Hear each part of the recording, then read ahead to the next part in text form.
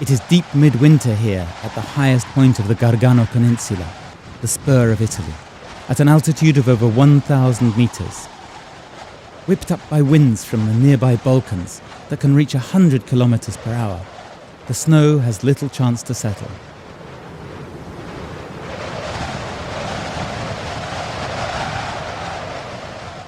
During winter, the snow and extreme temperatures make this an inhospitable habitat. Under the blanket of snow, this lone fox may have heard the rustling of some careless vole, rigid with cold.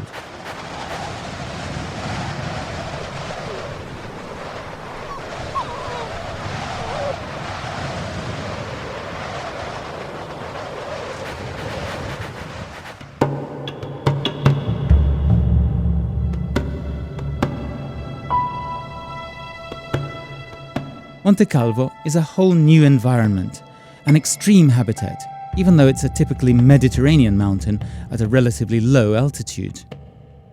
At the summit, as well as on the karst plateaus which abound at Montenero, snow and wind give the mountains of the Gargano an uncharacteristic feel. In winter, although these landscapes seem to offer little, they are in fact very much a reservoir of biodiversity, dominated by a karst system made up of caves, sinkholes and swallow holes.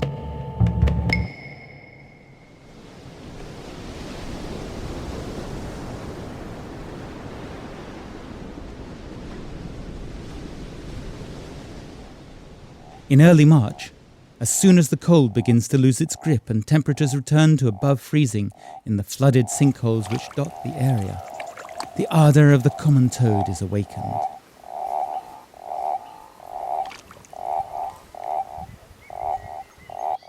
These flooded sinkholes, known locally as cutini, are of Arab origin. Often lined with dry stone walls, they are used to water cattle and irrigate the small orchards found in the karst valleys. The common toad is the largest toad species in the Gargano National Park.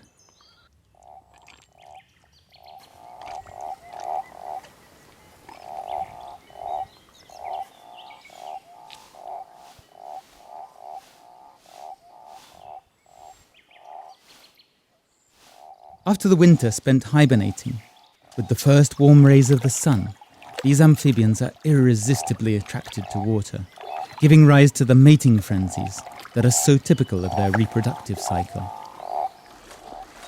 In the name of survival, they sometimes end up committing the most atrocious crimes.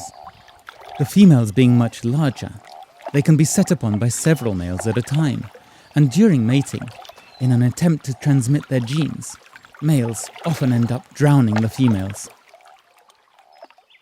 Despite the death of so many females, strings of small black beads soon adorn the aquatic plants.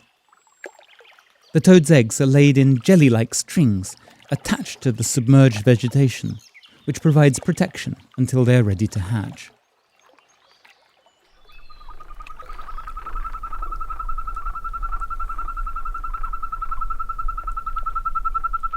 Mating time has also come around for their cousins, the Italian green toad. They will have spent the whole night fighting for the right to the females of the pond, until, at daybreak, the strongest and luckiest males will get to mate. They embrace the much larger and more brightly coloured female for a few days, using the adhesive pads on their front legs.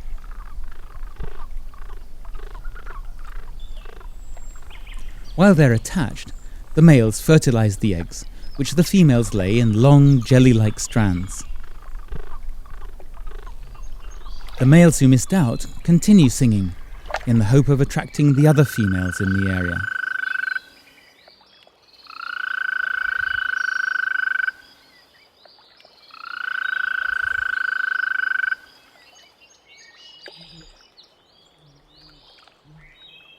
Swallows use the cutino for feeding, swooping down to capture flying midges or any other insects which have fallen in the water, and after their exertions take a well-earned rest, washing and then drying their feathers on the bramble branches overhanging the pond.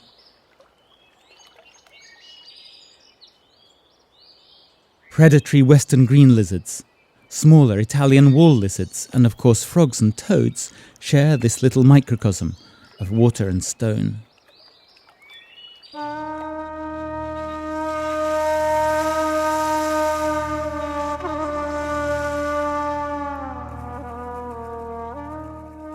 On the karst plateau on the slopes of Monte Calvo, spring is the ideal season for reptiles.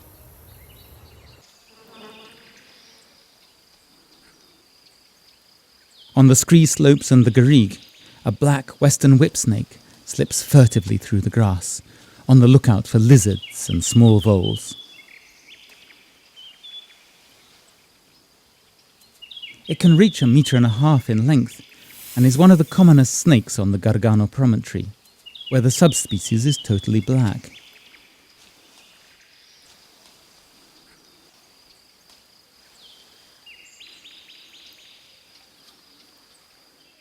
Looking like a cross between a snake and a lizard, an Italian three-toed skink slithers off through the grass in search of its small insect prey.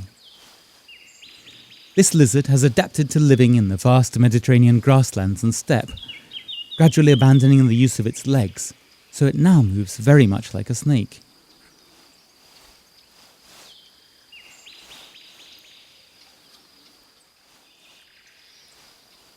In the clay deposits which accumulate in sinkholes, a Hermann's tortoise is intent on eating soil.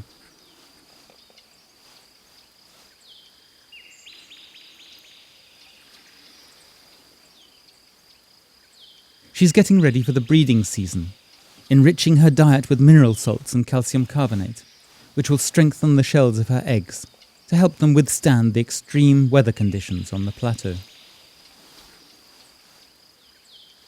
The Hermann's tortoise is one of the rarest species in the Gargano National Park and is very sensitive to habitat loss and wildfires.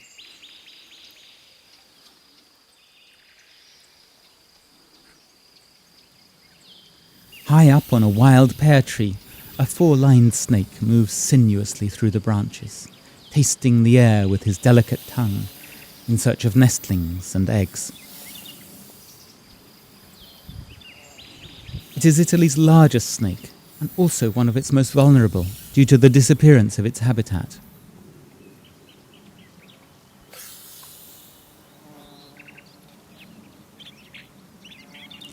The spines on the dead branches of some drought-resistant shrubs that dot the plateau, sometimes used by shepherds to make temporary fencing for their herds, are here being used by a woodchat shrike to exhibit his hunting trophies, like these crickets, before he feasts on them. During spring, the high-altitude grasslands on the slopes of Monte Calvo and the pubescent oak woodlands on the surrounding plateau form the ideal habitat for many species of insects, as well as providing magnificent blooms reminiscent of Eastern European steppes.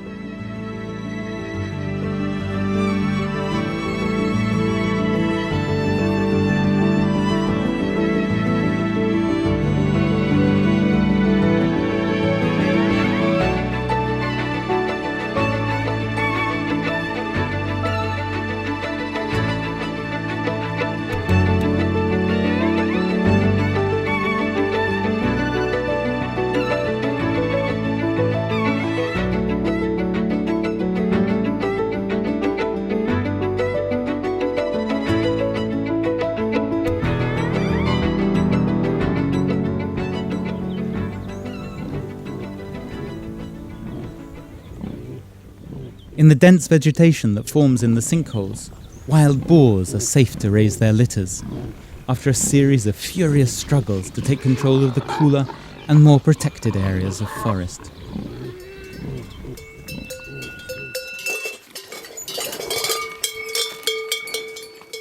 Several herds of Podolica cattle graze among the scree, the sinkholes and the cutini. These cows belong to a breed that has adapted perfectly to arid environments, and they're easy to come across, gathered at watering points. As the cows drink, other species swim in these tiny oases of water amid a sea of rock and limestone. The great crested newt is Italy's largest newt. During the breeding season, the male has a conspicuous crest on his back and an iridescent band on his tail.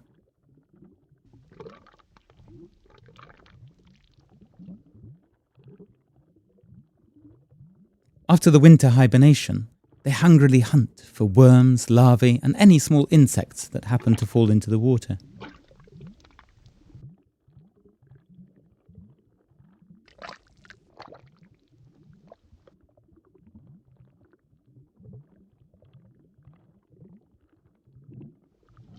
They will even eat the spawn of other amphibian species, like these eggs laid by the agile frog.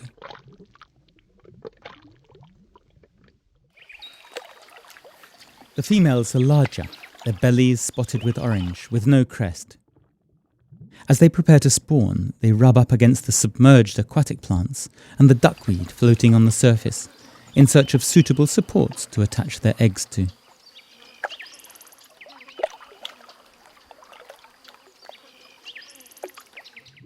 Another inhabitant of the Cutini is the Italian newt, smaller than the great crested, but just as voracious in its hunt for insects and larvae.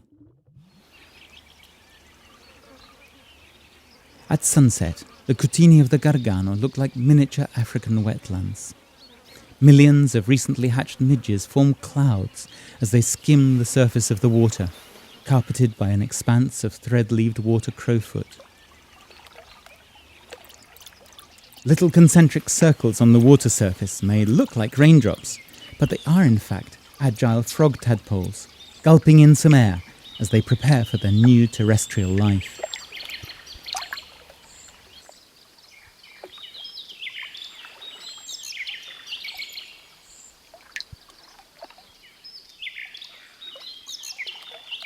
Perfectly camouflaged among the brambles and branches surrounding the Cutino, a European tree frog enjoys the last rays of sunshine. Belonging to the genus Hyla, it's the only amphibian in Europe that climbs trees.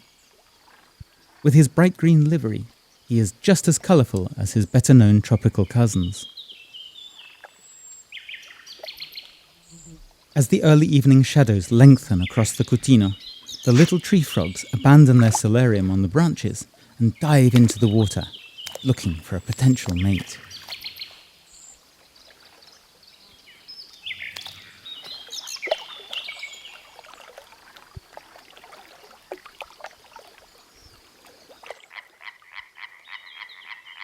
Meanwhile, the agile frog tadpoles are looking for small algae and plant detritus to feed upon.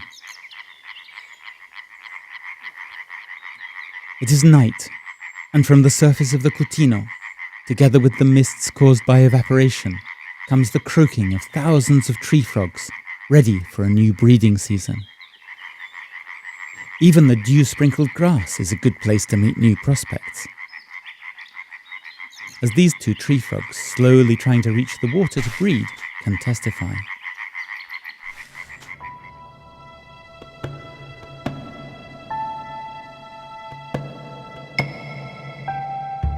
Monte Calvo, and the plateau surrounding it, is one of the areas with the highest number of sinkholes in Puglia and Italy.